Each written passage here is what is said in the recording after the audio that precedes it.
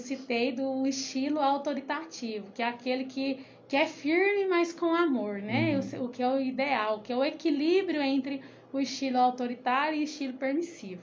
Então, hoje eu venho falar, assim, algumas orientações pontuais, né? Pra gente ter uma boa relação com os nossos filhos, ter crianças e adolescentes felizes e responsáveis, né? Então, uma das primeiras coisas que a gente tem que fazer é ter um bom diálogo. Dialogar com a criança, né, com o seu filho, seja adolescente, seja criança. Ter um diálogo com ele, saber ouvir, procurar conhecer. Antes de ir questionando, julgando, você não pode fazer isso. Claro que dependendo da situação, você tem que ir ali impedir, né, algo errado. Mas você procurar entender, procurar conversar, né?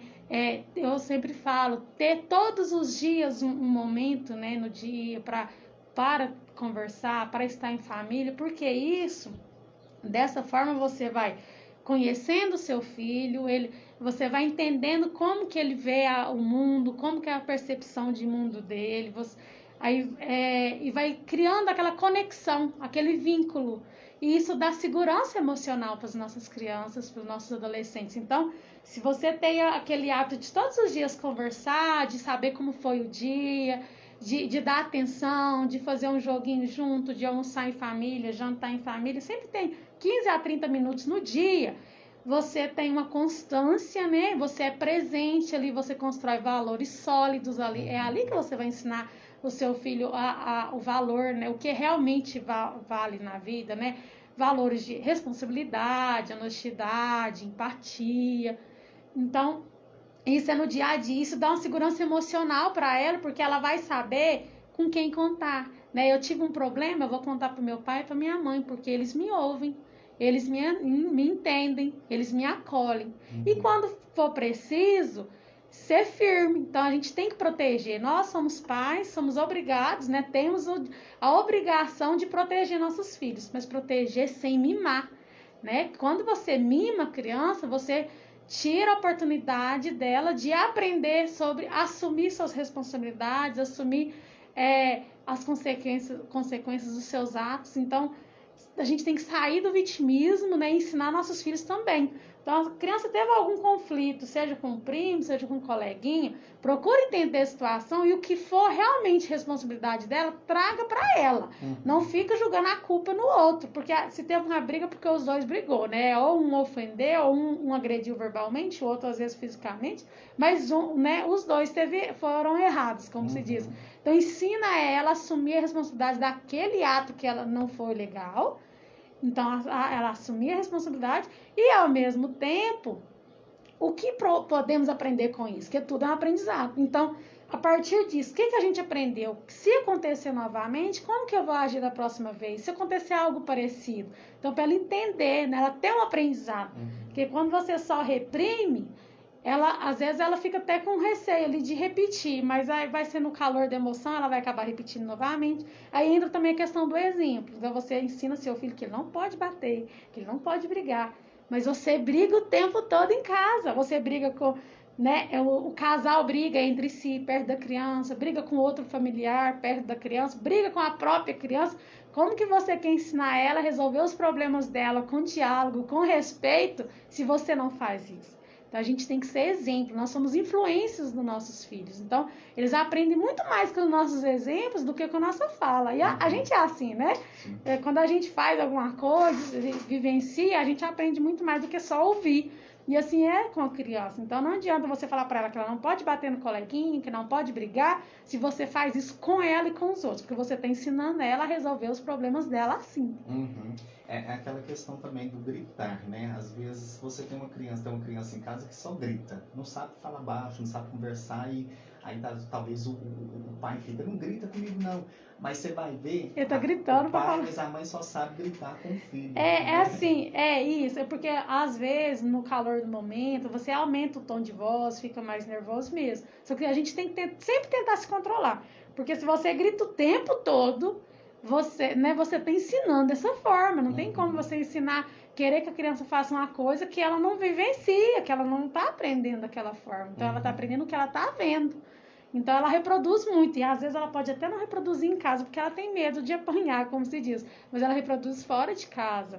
Ela reproduz com um coleguinha, porque ela aprendeu que para resolver o problema dela é só ela bater. Ela aprendeu que para resolver o problema dela é só ofender. Né? Tem o tal do ofender também. Às vezes a criança não agride, mas ela ofende o outro. E o outro tá ali com o estupinho curto, como se diz, aí acontece a briga. Aí quem leva só o que bateu, mas o que ofendeu também estava errado.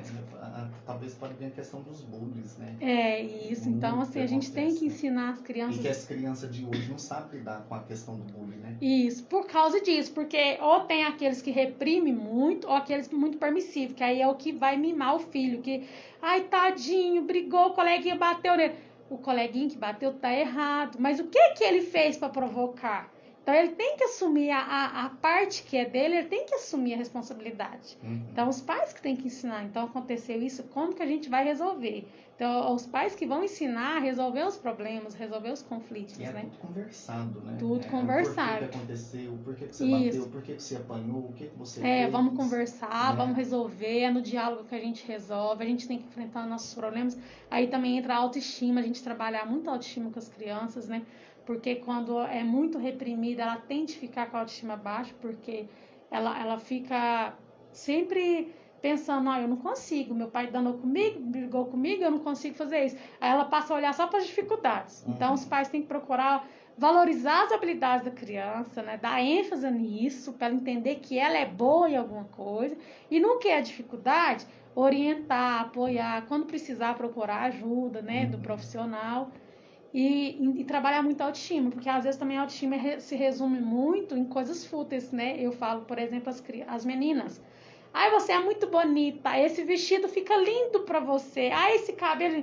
Aí se resume muito na aparência. A autoestima dela fica tudo naquilo. O dia que ela estiver fora daquele padrão, tá ali na adolescência, a autoestima vai lá embaixo, porque ela acha que ela não é mais bonita, porque os elogios que ela recebia era só relacionada à aparência física. Então, e a gente tem que ser saudável, ter uma boa alimentação para ser saudável, né? E tem que ter beleza sim, mas é interior. A exterior é legal? Mas ela não pode ser prioridade. Isso aí, tá aí, né? As dicas aí de hoje para você, né? Em casa, acompanhando então aqui o nosso quadro Transformando a Aprendizagem dessa sexta-feira. Tem mais alguma coisa, amiga? Não, é só isso. A gente de acrescentar aí nesta sexta-feira? Não, eu fiz assim, um compilado, né? Até como eu já disse, que eu trabalho com orientação parental, né? Então, se a pessoa está com dificuldade, não sabe o que fazer mais, a gente pode marcar algumas sessões e aprofundar todos esses temas e mais alguns outros e ajudar essa família, né, na criação da rotina que vai favorecer a criação dos seus filhos, que os pais procurar entender melhor seus filhos, porque a gente fica perdido mesmo, né? Eu sempre falo. Pai e mãe de primeira. Antes dos meus estudos eu não era assim, eu falo assim, né? Eu criava minha filha mais velha diferente até certa época, até certo tempo de eu abrir mente e querer estudar, entender. Então eu acho assim essa necessidade de ajudar quem precisa, né, nesse sentido. Então se alguém precisar, pode estar me procurando. E precisar não é só procurar, também tem as redes sociais da Aline e telefone, né, Aline? Isso, o Instagram, né, alinecordeiro.1611, a página do Facebook é Aline Cordeiro Psicopedagoga e o meu telefone 9256-2386. E então entre em contato, conversa, né, que eu posso estar orientando. E lembrando que os meus atendimentos é sempre por WhatsApp, né? Eu não fico lá no meu consultório no tempo. É presencial, só que assim, o agendamento porque às vezes a pessoa fala assim, ela nunca fala endereço. Mas eu tenho o meu consultório, só que eu só vou fazer atendimento com o horário marcado. Aí liga para você no telefone, agenda e daquele dia, naquele horário estarei lá atendendo. Muito bem, tá? E Aline, obrigadão, até semana que vem. Eu que agradeço, até semana que vem. Bom final de semana aí, tá? Pessoal de casa aí, um abraço para vocês. A gente vai continuando aqui a nossa programação, tá? Deixa eu encerrando aqui a minha live, porque agora o treino eu tenho que encerrar em 2 lugares, viu? Vamos lá.